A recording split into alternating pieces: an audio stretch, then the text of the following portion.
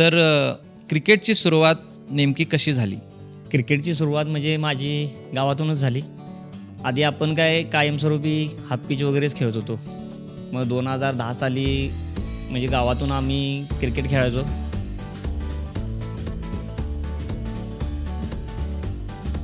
गावातले क्रिकेटर होते ते बाहेर खेळायला जात होते.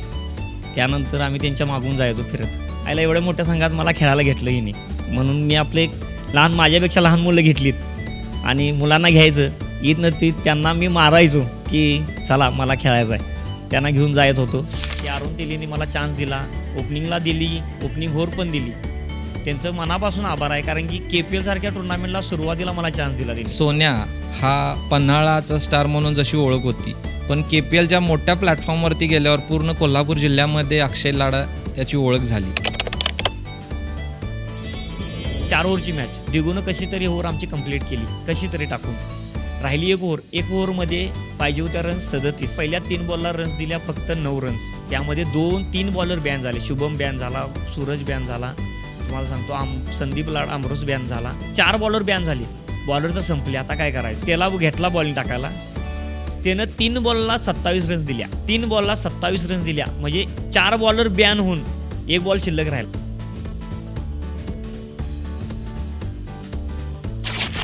म्हणजे एकंदरीत तुम्हाला क्रिकेटला विरोध होताच.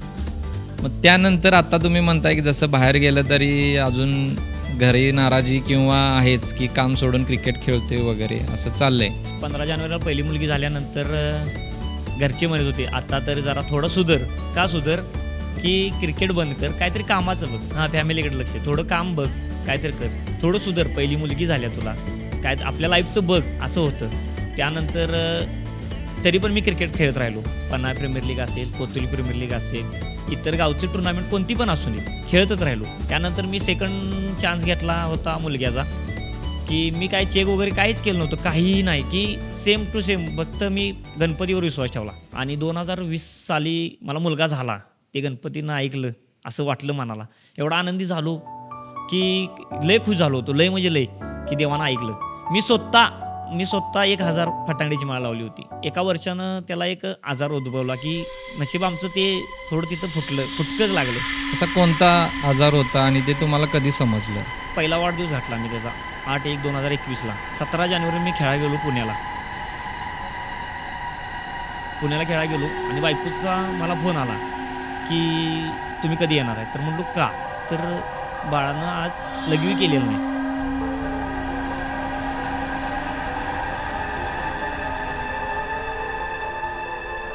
अ, 21ला मी 18 तारखेला सकाळी आलो खेळून आलो, तरी पण लघवी केली नव्हती. म्हणून मी कोल्हापूरला नेला, डायरेक्ट पळवला कोल्हापूरला गेल्यानंतर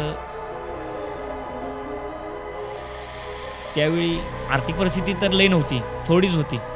त्यावेळी एवढा त्रास झाला मला की म्हणजे ह्यो त्रास कोणताही बाळ सहन करू शकणार नाही.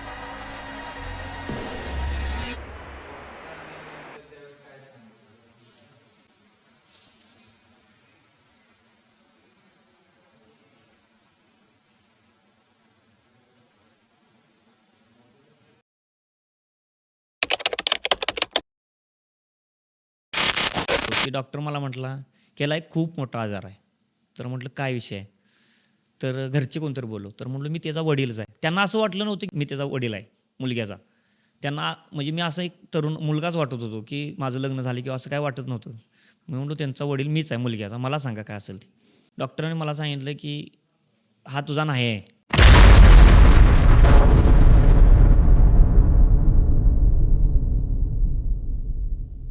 असं सांगितल्यानंतर थोडं म्हणजे म्हणलं हे काय बोलताय तुम्ही, तर जे आहे ते तुला रिअल सांगतो, ते तुझा नाही आहे, तू कितीही प्रयत्न कर.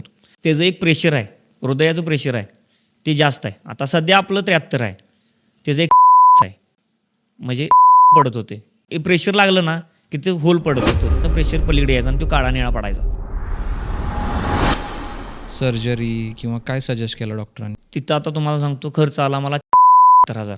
तर 18ला ॲडमिट केला, मला मिळाला डिस्चार्ज 17 फेब्रुवारीला. बरोबर 1 महिन्यानं डिस्चार्ज मिळाला. सूर्य कसला आहे ते मला माहीत नव्हता. साधा लघवीला सुद्धा जाऊ देत नव्हतं. त्याला आई कसली ती माहीत नव्हतं त्या महिन्यात, कारण त्या टेस्टला पैसे उपलब्ध नव्हतं. त्यावेळी काय करू, मग त्यावेळी मित्रांनी साथ दिली.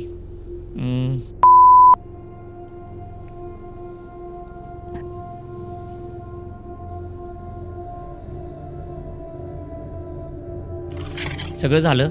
मग ती म्हटली तुम्हाला खर्च पेलणार नाही, तुम्ही एक काम करा, कोणत्या तर आमदाराचं पत्र घ्या आणि मुंबईला हे करा, शिफ्ट करा पोरगा. मुंबई म्हटल्यानंतर भीती वाटली. मुंबईला नेल्यानंतर काय होईल, सगळी एक्सपायर झाली. म्हणलं घेऊया निर्णय, आता मुंबईला काय तर ॲडजस्ट करूया. 17,000 रुपये संपले तरी काही निदान यांना गावलं नाही, काही नाही. आपली ऑक्सिजन कमी व्हायचं, ऑक्सिजन यायचा 54वर आला की याला काहीच करायचं नव्हतं. मग मी असं बाहेरून हात उसणं 10% म्हणा, इतर गोष्टी केल्या, सगळ्या टोटली केल्या त्यासाठी. सगळं हॉस्पिटल होतं कल्याणला आहे ते. पहिल्यांदा फर्स्ट टाइम बिल झालं ₹1,00,000 झाले आणि 4,000 इकोचे. वडिलाची भूमिका किती महत्त्वाची असते आणि वडील काहीही करू शकतो आपल्या फॅमिलीसाठी, आपल्या परिवारासाठी. तुम्ही जे आपल्या मुलासाठी केले, आपल्या फॅमिलीसाठी केले, खरंच खूप मोठी गोष्ट आहे. मुलाकडून तुम्हाला असा काय धडा मिळाला? त्यानं एवढं शिकवलं की कोण कोणाचं नसतंय.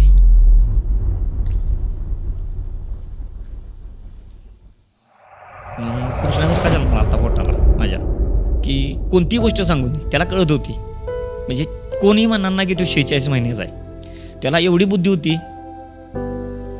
की त्याने एकदा विचारलं होतं मला,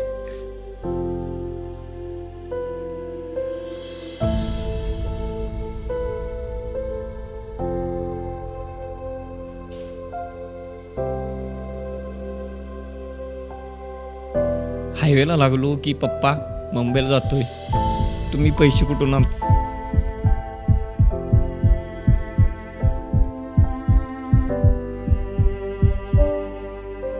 म्हणजे एवढ्या कमी वयात त्याला एवढं ज्ञान आलं होतं की तुम्ही जो करताय स्ट्रगल ते त्याला दिसत होतं. ही रिअल गोष्ट आहे.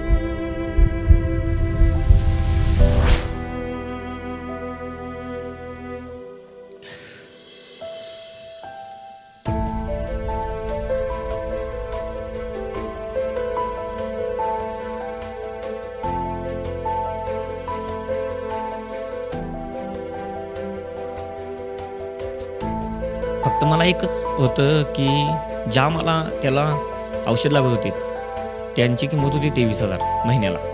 नाव माझ्या मेडिकलचं नाव सांग आणि तिथं शिक्का मार आणि शिक्का मारून औषध घेऊन ये. त्यावेळी मेडिकलवाल्यांचं एवढं हे होतं कोरोनात की साधं त्यावेळी म्हणजे कोण कुणाला दादच देत नव्हतं, कारण की 20ला कोरोना झाला. त्याचं एवढं आभार मानतो की त्यानं मला त्या काळी एवढी मदत केली की काय सांगण्याच्या पलीकडे. 23 ऑगस्टला माझी ही होती अपॉइंटमेंट. मग 15 ऑगस्टला काय झालं, 15 ऑगस्टला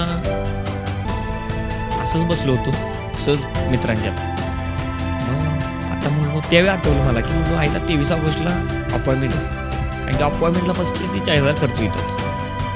आता काय करायचं. त्यावेळी म्हणजे 2 व्हीलर लावली 17 तारखेला. का तर अरेंजमेंट होणार नाही नंतर. 2 व्हीलरवर काढलं मी 40,000. 16,000ची औषध आणलीत आणि 20 ऑगस्ट